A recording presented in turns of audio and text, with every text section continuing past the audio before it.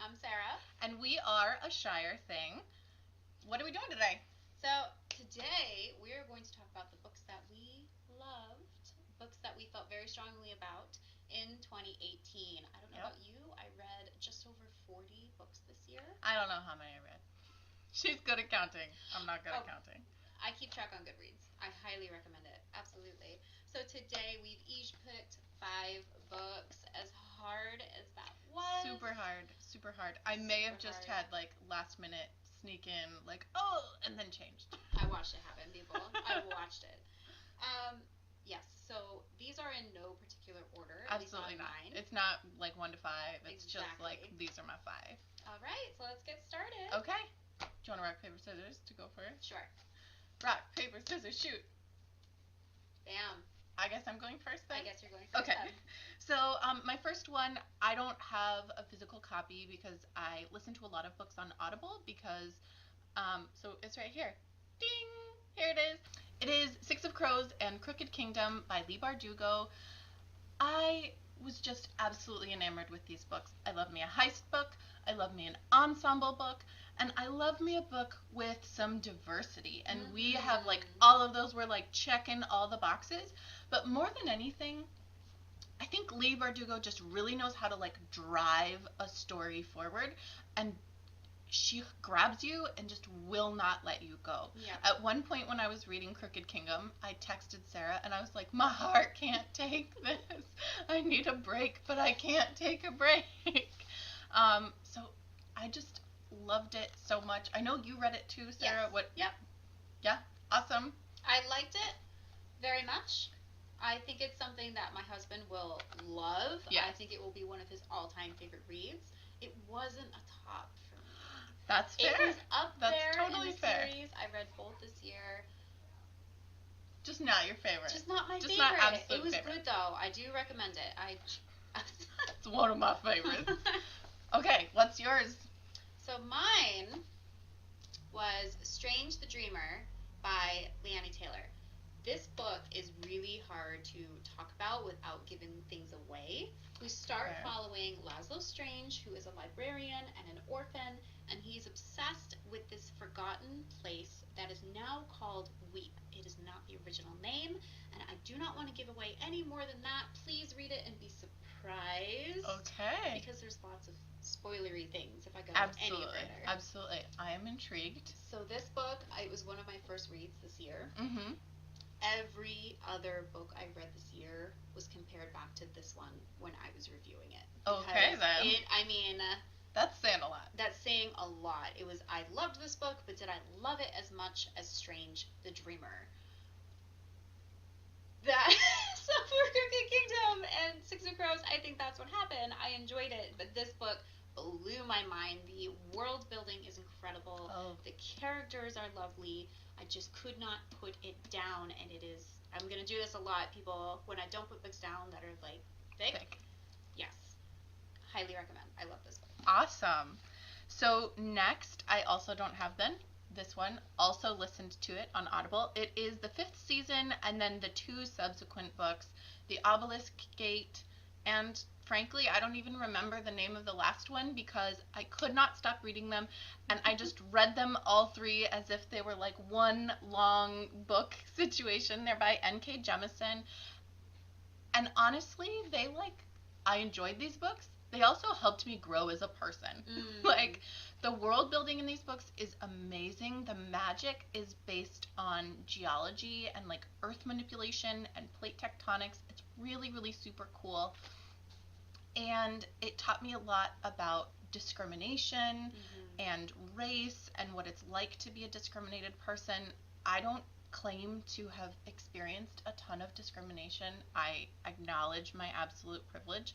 As a little white girl in New Hampshire, I just don't know what other people are experiencing, and I think that's something that it's important for me to grow as a person. Absolutely. And this book helped me do that, and I am so, so grateful to N.K. Jemisin for doing that. It touches on motherhood and friendship and what it means to love people and duty, and it's just so complex. Like, you wouldn't think that you would.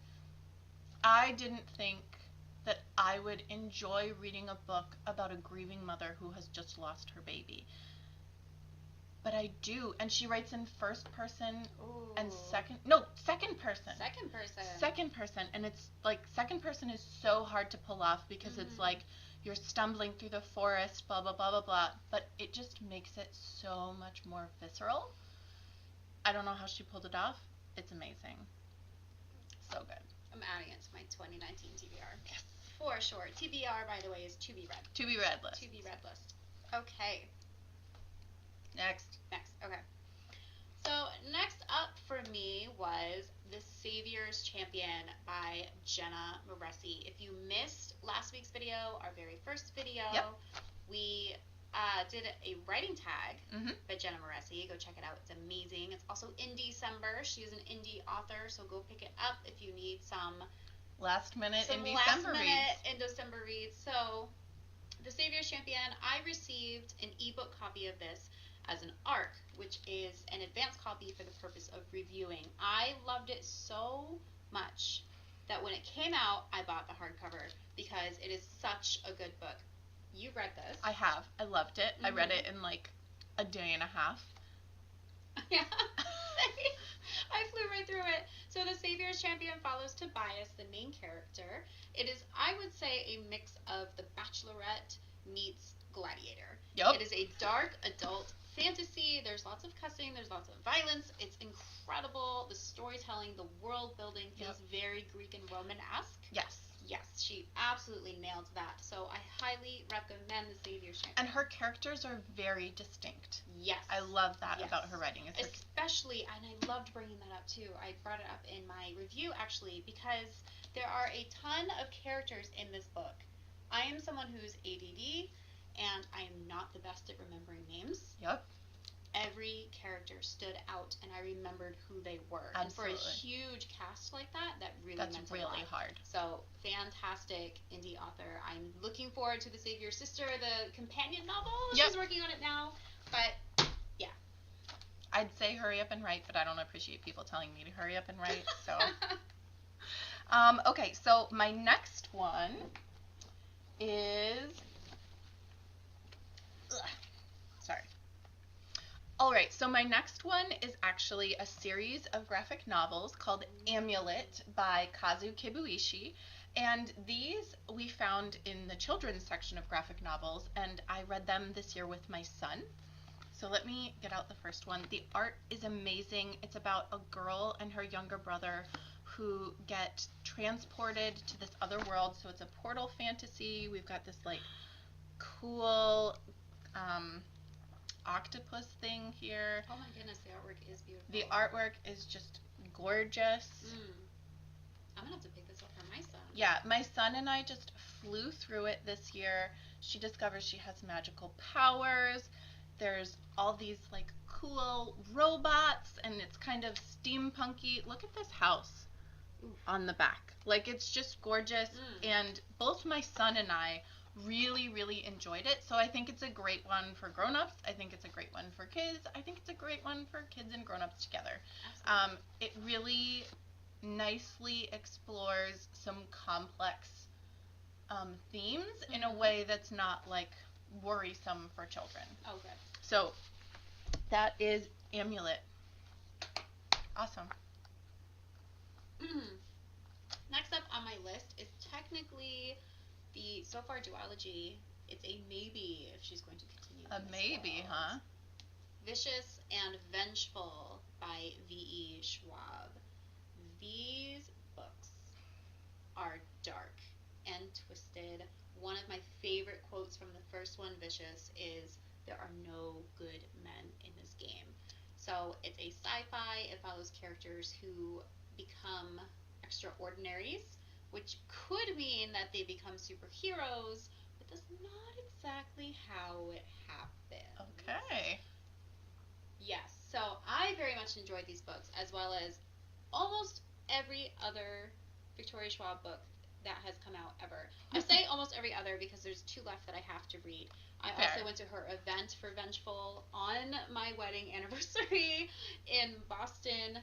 I love her books, but of them all that I read this year, Vicious and Vengeful were very much my favorites. Nice. But Cassie felt a little bit differently about Vicious, and that's okay. I did. I started Vicious, like I said, I listened to things via audiobook, and so the characters are not heroes.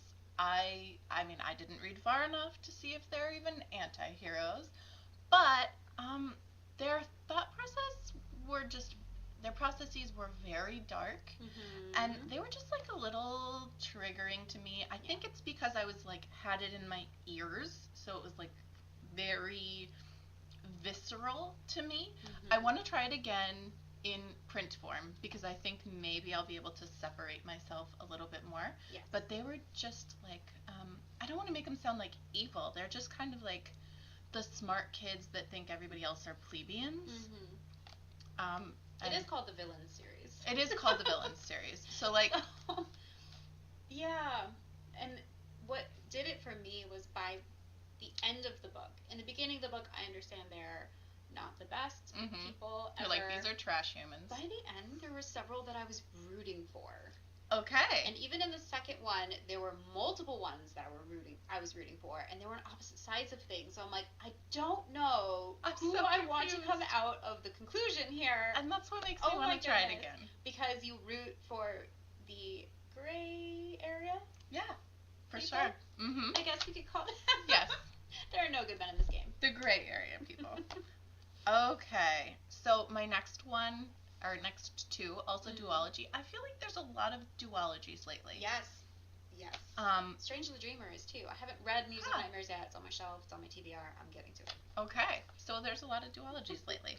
So these are the Calculating Stars and the Faded Stars. Well, it's at least the Calculating Stars, and they're the Lady Astronaut novels by Mary Robinette Kowal. Sorry. They are alternate history science fiction that postulates what would happen if an asteroid slammed into the Chesapeake Bay just after World War II. How would things change if when we were starting the space program, the space race, it wasn't just about competition with other countries and being the first to space, the first to the moon? What if it was about Earth's climate is going bananas, we are going to have to get off planet pretty soon, and so it's just a really interesting study in like gender dynamics, because at the time we didn't have computers, we had human beings who did the computations called computers, and they were almost always these incredibly smart women. And so it just kind of goes into, well, when you are in space, you cannot wait for a computer on the ground to correct your trajectory for you. And so they have to take women up into space. And so it's just this really interesting period piece that feels so authentic to that time period and the culture of the characters mentioned. But it's also like this fun, this definitely didn't happen, but how cool would it be if it did? Absolutely. I mean, not if a giant asteroid. No. But you know what I mean. Into space. Yeah, 50s space race. 50s space race. Like real space race. Like we gotta go to space. We have to find another place to live. Space. Also adding to my TBR. Yes. So my next choice is a trilogy plus a novella. I think there's more that's going to be happening within this world. Okay. I picked book 2. Okay. Which, if you've read the series, you will know why. I can't say why without spoiling the entire first book. Fair. So the first book is A Court of Thorns and Roses. It's a good starting point. It's a Beauty and the Beast retelling. But the introduction of the inner circle from this book on, they're my favorite characters. Okay. I love them so much. A friend of mine read these together with me. And we still send like memes to each other and fan art and jokes.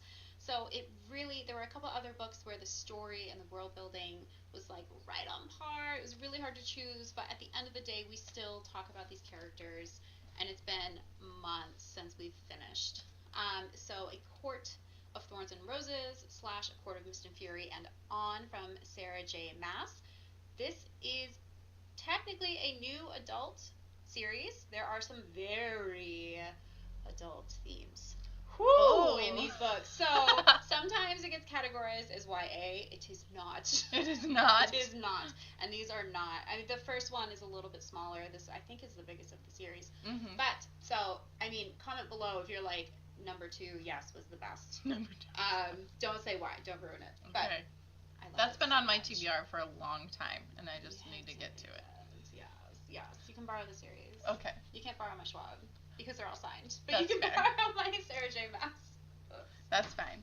Okay, so my last one. Anybody who knows me and my reading preferences knows that I am a big, fat Brandon Sanderson geek. No. I grew up reading The Wheel of Time by Robert Jordan. When he passed and Brandon Sanderson was going to take over his series, I was kind of like, okay, I'm going to check this guy out because he's taken over one of my babies. I don't know that I trust anybody. And now I'm just like a huge fangirl. So, he has a new young adult novel out this year called Skyward, and it is kind of a mashup of The Dragon Riders of Pern with Ender's Game.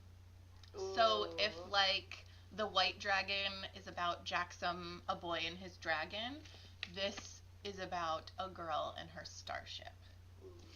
So it's I read it really quickly. I kind of expected, not gonna lie, because it's a young adult novel, I kind of expected that it wouldn't have some of the trademark Brandon Sanderson things that I think of, where I'm like really involved with his characters and multiple intertwining plot lines, and it has all of it. I didn't expect that I would be like ugly crying in this book, but I did ugly cry. It goes into our main character, Spensa, has grown up being branded a coward because her father deserted in the middle of a starship battle. He was a pilot as well. And so she's kind of spent her entire life trying to make up for that. She's kind of obsessed with old Earth heroes like Beowulf and Sun Tzu. And so she'll like give these crazy battle cries before going into battle, and everybody else is like, girl, you are one weird little girl. And she's like, So I just loved it. The personalities in this book are so good, and I just really enjoyed it. Yay. And I'm enjoying it again for the second time. I see the bookmark. I'm like, yes. Are you reading it again? I'm rereading it. Oh, the bookmark in Vengeful too, by the way, was my husband's. He started it. He's getting there. I have to get him a legit bookmark. Yeah. Okay, my last one was The Children of Blood and Bone by Tomi Adeyemi. This takes place in a fictional Nigeria. It follows a young woman, and magic was taken and things like that. It's incredible. It has that old school fantasy feel, like we're going on a quest to like help something, but there's so many new elements that it feels completely fresh. Again, this is not a small novel, and I read it in 24 hours, including sleep. Wow. I could not put it down. It was absolutely incredible. And I highly recommend it. And I loved seeing like something new for Something a location, fresh. especially in fantasy. I feel that's extremely important that we get some new places happening. Yes, absolutely. So that was my last one. I have 2 honorable mentions, and I don't have the books with me. I'm just gonna throw it out there because they're amazing. The Ember in the Ashes series, Which is literally on my bureau right now to read. By Sabaa Tahir. I got the first one for my birthday. My parents just basically gave me money. I went to Barnes & Nobles and had a blast. So I just got the first one. The third one had just been released. I didn't know anything about the series, so I just got book 1. The next day, I drove back and got 2 and 3 because I finished the first one, and then I read the next 2 within, I think, a day and a half. Wow. I devoured the series. So, like, it belongs on, not even the honorable mentions. Like, I need a top 10, but, like, Fair. there's 2 of us, so it's technically 10. Fair. Absolutely incredible. Rip your heart out and shove it back just to rip it out again fantasy. She keeps giving sneak peeks of the 4th book, and I am terrified yet excited to read it. I want all my babies to be okay, and I'm worried. I'm very worried. My second honorable mention was The City of Brass by S.A. Chakraborty. this takes place in basically Egypt and the Middle East, and it has jinn and magic, and it's incredible. And another one where like you get really invested in characters just to have your heart ripped out and shredded and smashed to a million pieces. This is one of the few books I actually like slammed down because of a part, and I was like, no. But I am so excited for the next one that's coming out. I'm hoping that things didn't happen the way I thought they did. I also love Game of Thrones, so it's like, we didn't see a body, people.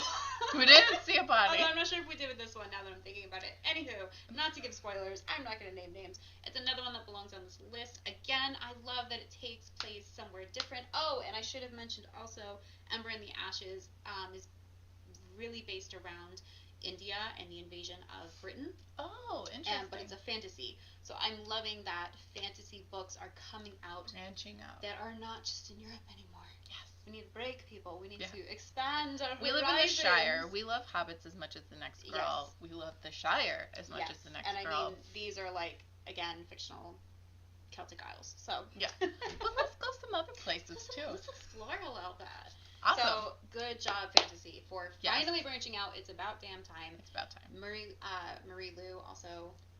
I love her. I know. I mean, I need a top 20. Most of the books I read this year were incredible. Yeah. I only DNF 2. That's good. And that's huge. Mm-hmm. So, all right. Right. Right. Right. You go right. Bye. Bye.